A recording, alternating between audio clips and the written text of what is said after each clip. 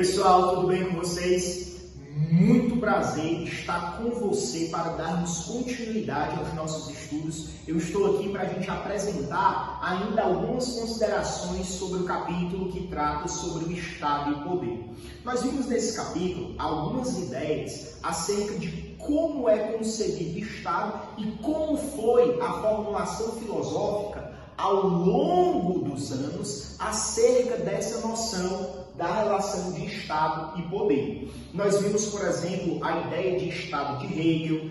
Vimos que em Hegel o grande dever do Estado era conciliar todos os interesses divergentes. Vimos a crítica que Marx faz à concepção de Estado de Hegel. E qual é essa crítica? Segundo Marx, o Estado jamais poderá assegurar o interesse comum, ou seja, o bem comum. Por quê? Porque, segundo Marx, o Estado ele está subordinado aos interesses de uma classe. E que classe é essa? A classe dominante, representada à época de Marx pela burguesia. E hoje nós vamos estudar ainda alguns desdobramentos filosóficos acerca da compreensão dessa relação de Estado e poder. Nós vamos começar vendo a concepção da relação de Estado e poder adotada pelo utilitarismo, que tem como representante Jeremy Bentham e John Stuart Mill. E aí eu não vou entrar nos filósofos, porque o que nos interessa aqui é entender como o utilitarismo concebe a relação entre Estado e poder e como que esse utilitarismo poderia gerar um tipo de governo, um tipo de deliberação, um tipo de escolha a partir de um determinado princípio, que é o que eles chamam de princípio da utilidade. Veja, o utilitarismo, ele entende que a felicidade social é mais importante que a felicidade individual. E por isso mesmo é concebido o princípio da utilidade, ou também chamado princípio da maioria. Qual é a ideia desse princípio? Olha, nós vimos que esse princípio na ética diz o seguinte: todas as vezes que uma pessoa for tomar alguma ação, ela deve analisar se aquela ação ela vai favorecer ou desfavorecer o maior número de pessoas envolvidas naquela ação. Por exemplo, se o marketing for realizar um ato, esse ato ele vai beneficiar a maioria ou ele vai desbeneficiar a maioria? Ora, o utilitarismo diz que quando um ato for gerando algum tipo de benefício à maioria, esse ato está correto. Quando nós transpomos essas ideias para a noção de Estado, o que é que o utilitarismo vai nos indicar? O utilitarismo vai dizer o seguinte: olha, quando o governo, quando aquele que governa o Estado, ele tiver que tomar alguma decisão, qual seria o crivo, qual seria o critério a partir do qual ele tomaria essa decisão? O utilitarismo diz: o critério seria simples. Essa decisão, ela vai beneficiar o maior número ou ela não vai beneficiar o maior número? Se ela não vai beneficiar o maior número, essa decisão é incorreta. Mas se ela beneficiar o maior número de pessoas, se ela é útil para o maior número de pessoas, é óbvio que essa é a decisão correta a se tomar. Lembremos que essa é uma tese do utilitarismo. O utilitarismo ele envereda pelos ramos da filosofia política, mas ela é uma vertente estritamente ética. No entanto, quando ele está associado à filosofia política e à relação entre Estado e poder, ele defende um estilo de felicidade social em detrimento da felicidade individual. Por isso que muitas pessoas fazem uma pergunta muitas vezes sem nexo. O utilitarismo, ele geraria um hedonismo? Por quê? Porque o hedonismo é uma corrente que diz que as pessoas devem agir, acima de tudo, buscando o seu prazer individual. E nesse sentido, o utilitarismo, ele não é um hedonismo. Ele se aproxima muito mais da ideia de ética epicurista. Como assim, professor? Lembremos que Epicuro, fundador do epicurismo, e portanto, a corrente filosófica vinda desse filósofo, que ficou conhecido como epicurismo, defendia que a felicidade ela era alcançada pelo aumento do prazer e pela diminuição da dor. Ora, o princípio da utilidade, que é um princípio que estaria sendo utilizado pelo Estado, ele está favorecendo a felicidade da maioria, a felicidade da maior parte dos indivíduos envolvidos naquela tomada de decisão por parte do Estado. E aí, se essa tomada de decisão de fato corresponder aos interesses da maioria, esse princípio da utilidade é um princípio que deve ser utilizado. Por quê? Porque ele estaria gerando um tipo de felicidade social e não um tipo de felicidade individual gerada aí quando a pessoa que está tomando as decisões, ela satisfaz os interesses apenas de alguns indivíduos e não da maioria. Essa ideia, utilizada no utilitarismo, ela é utilizada em relação também ao epicurismo, tirando de cena o hedonismo, porque, repito, o hedonismo é uma corrente que diz que, para ser feliz, a pessoa deve buscar única e exclusivamente, a todo custo, perenemente, os seus prazeres individuais. Aqui se trata de uma felicidade social causada pelo aumento do prazer e pela diminuição da dor. Uma outra corrente que surgiu, foi a corrente de John Rawls, que está ligado a um liberalismo. No entanto, esse liberalismo ele foi entendido um pouco como um liberalismo muito próximo de uma teoria mais, digamos assim, equânime da sociedade. Ou seja, um liberalismo mais ou menos comunitário, um liberalismo que se preocupa com a totalidade. E aí, o John Rawls escreveu uma famosa obra chamada Teoria da Justiça. Essa Teoria da Justiça, que é uma obra de John Rawls, ela vai gerar ferrenhas críticas ao utilitarismo. Por quê? Porque o utilitarismo ele favorece a felicidade de alguns em detrimento da felicidade de outros. Ele não favorece a felicidade total, a felicidade de todas as pessoas inseridas dentro do Estado. E, portanto, seria impossível conceber uma sociedade em que apenas alguns pudessem ter os seus interesses satisfeitos e não todos. É por isso que a teoria da justiça, de John Rawls, ela também foi entendida como um chamado neocontratualismo. Por quê? Porque o neocontratualismo que o John Rawls prega vai gerar um tipo de ação que envolverá todos os cidadãos.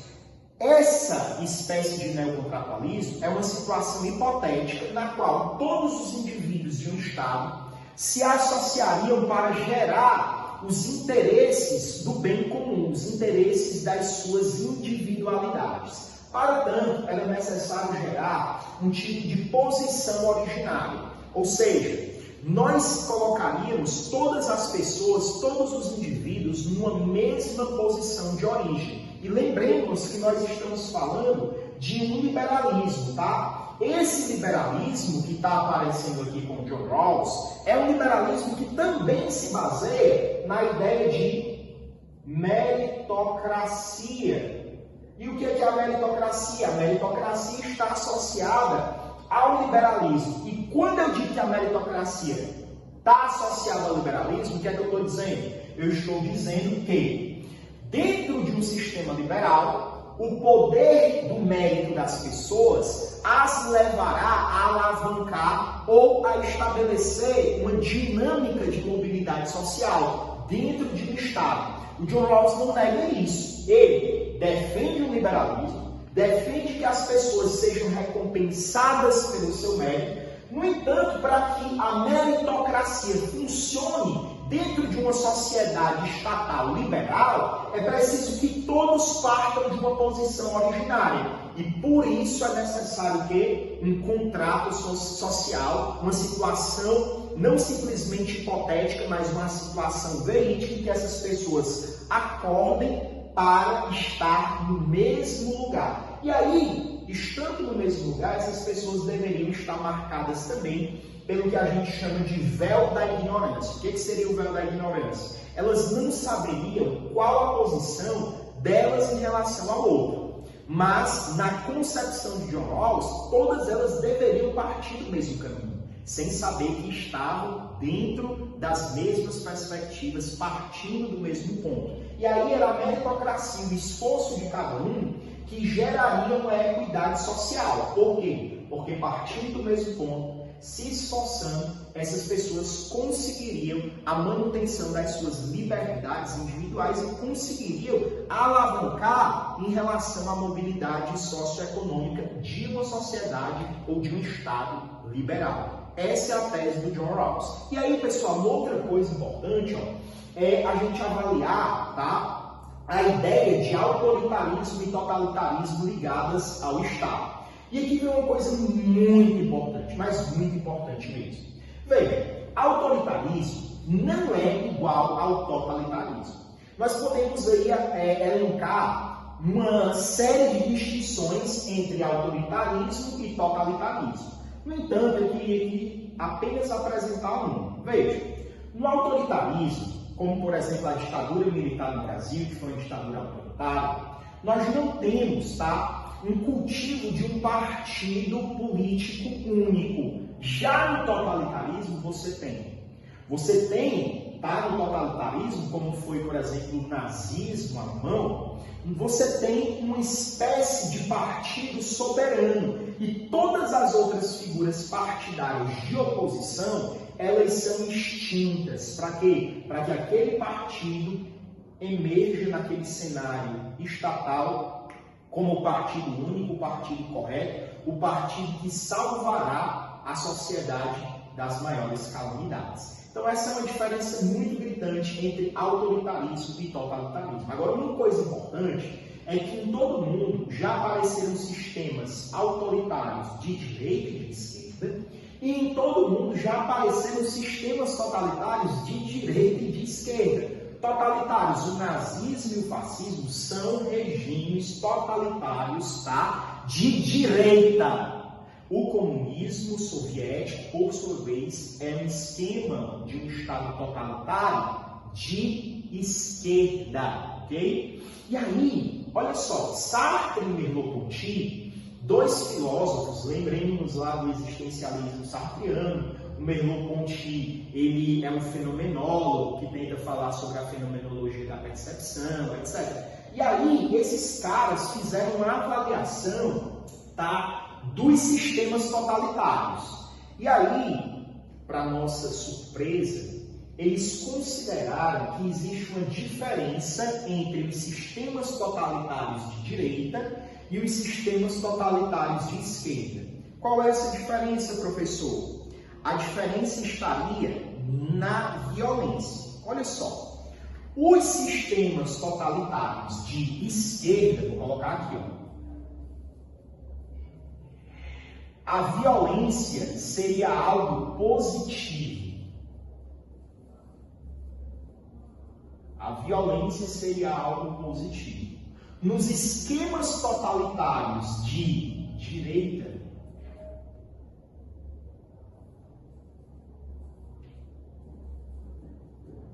a violência seria algo negativo.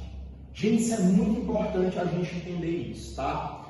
Entenda, para eles a violência é errada, certo? Tanto para o Sartre quanto para o Merleau-Ponty. No entanto, eles estão avaliando a violência dentro de um sistema totalitário. Ele diz o quê? Num sistema totalitário de esquerda, como foi o comunismo soviético, ou melhor, o socialismo soviético, é melhor a gente usar essa expressão socialismo, a violência, ela tinha algo de positivo. Ela acarretaria algo de positivo. O quê? Ela estaria presente naquele sistema totalitário com o objetivo de gerar uma sociedade justa e igual, ou seja, implantar o comunismo. A gente sabe que não foi isso que aconteceu e, portanto, eles estavam meio que equivocados, errados. E aí, você tem a avaliação dos sistemas totalitários de direita. Nesses esquemas estatais, a violência, segundo Sartre e Merleau-Ponty, ela seria uma violência de um aspecto negativo. Por que, Magno? Porque essa violência seria fim em si mesmo, ou seja, ela não teria condições de gerar algo diferente dela. Ela seria em si uma forma extrema de violência, simplesmente como um fim em si mesmo, ok? Então essa era a avaliação dos sistemas autoritários e totalitários feitas por Sartre e Merleau-Ponty. E aí, a última concepção relacionando essa dimensão de Estado e poder é o desafio democrático. Nós sabemos que não existe receita para a democracia. A democracia hoje ela é praticada em vários países do mundo em formas muito diferentes. No entanto, um dos grandes desafios democráticos vivenciados pelas histórias dos Estados nacionais no mundo foi a do Brasil. Por quê? O Brasil passou um período muito grande de sua recente história sendo governado por uma ditadura, a ditadura militar, o regime militar, chame como quiser. E esse regime, ele tinha como característica o quê? Suspender aí o Estado democrático de direito. Veja uma coisa que é muito importante para a gente entender. Quando nós estamos falando em Estado democrático de direito, nós estamos falando de um Estado onde as instituições elas trabalham muito bem. E quando eu falo de instituições, eu falo de instituições executivas, das instituições jurídicas e das instituições legislativas, ou seja, da separação dos poderes entre executivo, judiciário e legislativo.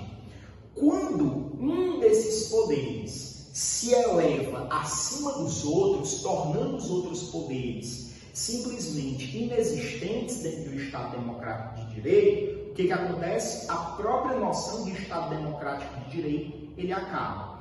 E é por isso que dentro da história recente do Brasil, nós temos um período em que o Estado Democrático deixou de existir para dar lugar à relação entre Estado e poder no autoritarismo dos militares. Ora, em 1988, o Brasil, depois de um processo longo, simplesmente de um Estado autoritário, de um regime autoritário, começou a passar por um processo de redemocratização, culminando aí com a elaboração da Constituição que nos rege até hoje, que é a chamada Constituição Cidadã de 1988.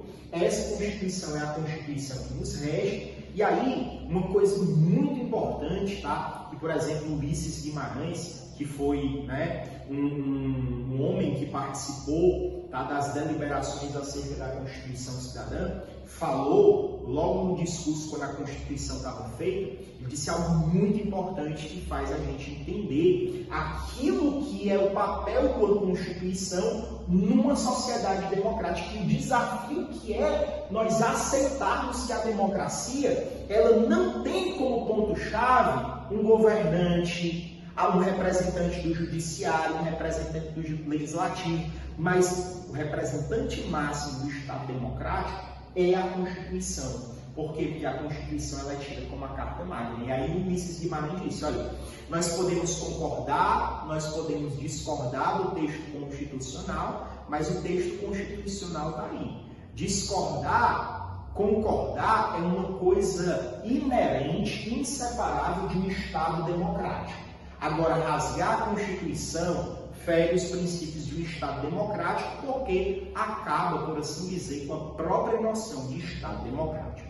Muito bom estar com vocês. Eu sempre estou aqui para tirar suas dúvidas. Podem nos procurar à vontade. E aqui, nesse vídeo, nós abordamos praticamente o que faltava aí das relações entre Estado e poder, desse capítulo tão interessante. E aí, pessoal, eu sempre digo para vocês, nós sempre nos encontramos no próximo vídeo. Esse vídeo não foi o último, só foi o primeiro, ok? Um abraço, tudo de bom.